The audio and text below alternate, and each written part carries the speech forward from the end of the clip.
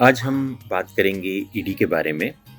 ये सबसे common problem है, आप जानते हैं, और बहुत से लोग ये परेशान रहते हैं कि इसके कारण क्या है। जितना मैंने अपनी प्रैक्टिस में सीखा, इसके मुझे लगता है कि 4 कारण ज़्यादा ज़्यादा जो रिस्पॉन्सिबल है वो ईडी को करते हैं।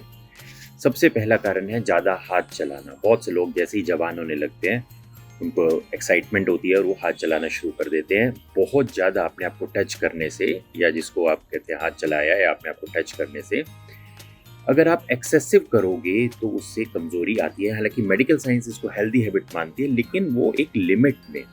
लेकिन इंडिया में क्योंकि सेक्स एजुकेशन की कमी है, सेक्स की अपॉर्चुनिटी भी कमी है, शुरू में टीन एज में, और इसमें जो बाहर की सोसाइटीज़ है वो बहुत ज़्यादा ओपन है, लेकिन यहाँ पे बच्चा लड़का अपने अकेले में ही लगा रहता है, तो उस कारण से वो एक्सेसिव कर देता है। तो ये एक पहला कारण है, और उसको उसी वक्त कभी ना कभी थोड़ी-सी आपको कमज़ोरी महसूस होती है। उसके बाद जब वो थोड़ा-सा बड़ा होने लगता है, इनिशियली तो अकेले करता है, किसी से डिस्कस नहीं करता, लेकिन वो जब बड़ा होने लगता है तो अपनी कंपनी में जाता है, वहाँ पे उन लोगों के साथ जाता है, वो लोग उससे डिस्कस करने लगते हैं, तो वो कहते हैं, नहीं, ये तो तुमने बहुत खतरनाक चीज़ कर दी, इससे कमज़ोरी हो जाती है, और वो रियलाइज़ करता है, हाँ, मेरे को थोड़ी कमज़ोरी हो गई है, पहले जैसा नहीं रहा है, तो वो उसको बिल्कुल करना बंद कर देता है। ऐसे में बहुत से लोगों में दूसरी सिचुएशन आ जाती है, जिससे को कहते हैं नाइट फॉल या धात गिरना।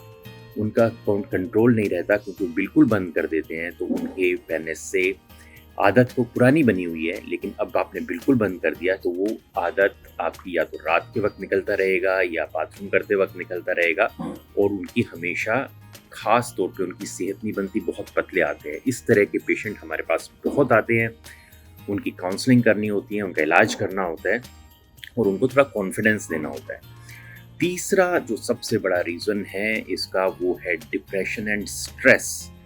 स्ट्रेस इसी से भी ले लिया, किसी कोई जानकार दोस्त है जिसको ज़्यादा नहीं पता होता, लेकिन वो सबसे ज़्यादा सलाह देता है, पेशेंट उसकी बात मानता है, और वो इस चक्कर में फँस जाता है। और एक स्ट्रेस, ये एक विशियस साइकिल है। ईडी हुआ, स्ट्रेस हुआ तो और ईडी हुआ तो और स्ट्रेस हुआ। ये एक साइकिल चलती ही रहती है, इसको तोड़ना बहुत ज़रूरी होता है। अगर स्ट्रेस है तो पेशेंट की इरेक्शन आ ही नहीं सकती।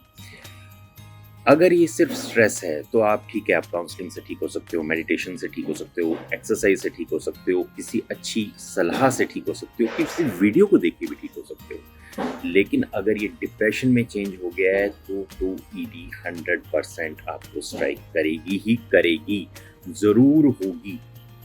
तो ऐसे में आपको इसकी ट्रीटमेंट लेनी चाहिए। और जो चौथा बड़ा कारण है वो है डायबिटीज़। डायबिटीज़ में पेशेंट की जो ब्लड वेसल्स है वो बहुत छोटी हो जाती है, उनके अंदर प्लाक जमा हो जाता है, साथ-साथ इन लोगों को कोलेस्ट्रॉल भी ज़्यादा होता है। तो देखिए, जो पेनिस की ब्लड वेसल्स हैं वो एंड वेसल्स होती है, मतलब वो आगे जाके एक दूसरे के साथ ब्रांचेस नहीं बनाती, आगे जाके ख़त्म हो जाती है, जैसे हार्ट में होती है, दिल में होती है। तो जिन पेशेंट को दिल की प्रॉब्लम है, मान लीजिए उनको ईडी होगा ही होगा, क्योंकि यहाँ की ब्लड वेसल्स उससे भी पतली होती है, और ये भी इसी तरह ब्लॉक हो जाती है। ब्लॉक हो जाती है तो उनमें ब्लड लेने की कैपेसिटी नहीं रहती, ब्लड नहीं जाता पेनिस में, तो वो इरेक्शन नहीं करता। तो ये कॉमन रीजंस हमने देखे हैं, और इसको ट्रीट करने के जो है डिफरेंट तरीके हैं, लेकिन जब भी इनको ट्रीट किया जाए, पेशेंस के साथ ट्रीट किया जाना चाहिए, और मरीज को भी बताना चाहिए इसमें टाइम लगेगा। सीधा पेशेंट को इम्प्लांट के लिए पुश नहीं करना चाहिए। जो मैंने देखा है आजकल की प्रैक्टिस में, लोग सीधा ही कहते हैं भाई इम्प्लांट करा लो, उसको बेचने रहने में इंटरेस्टेड होते हैं।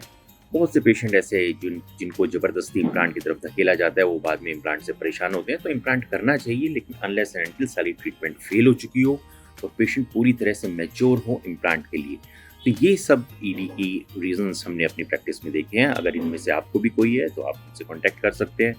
नीचे हमारे फ़ोन नंबर दिए गए हैं, आप हमसे कॉन्टैक्ट कर सकते हैं। वीडियो को लाइक कीजिए, सब्सक्राइब कीजिए। आपने अपना टाइम दिया, इसके लिए बहुत बहुत धन्यवाद। और क्लिनिक की टाइमिंग 10 बजे से 7 बजे तक, संडे क्लोज। फ़ोन कॉल भी इसी वक्त ओपन होते हैं। Thank you very much.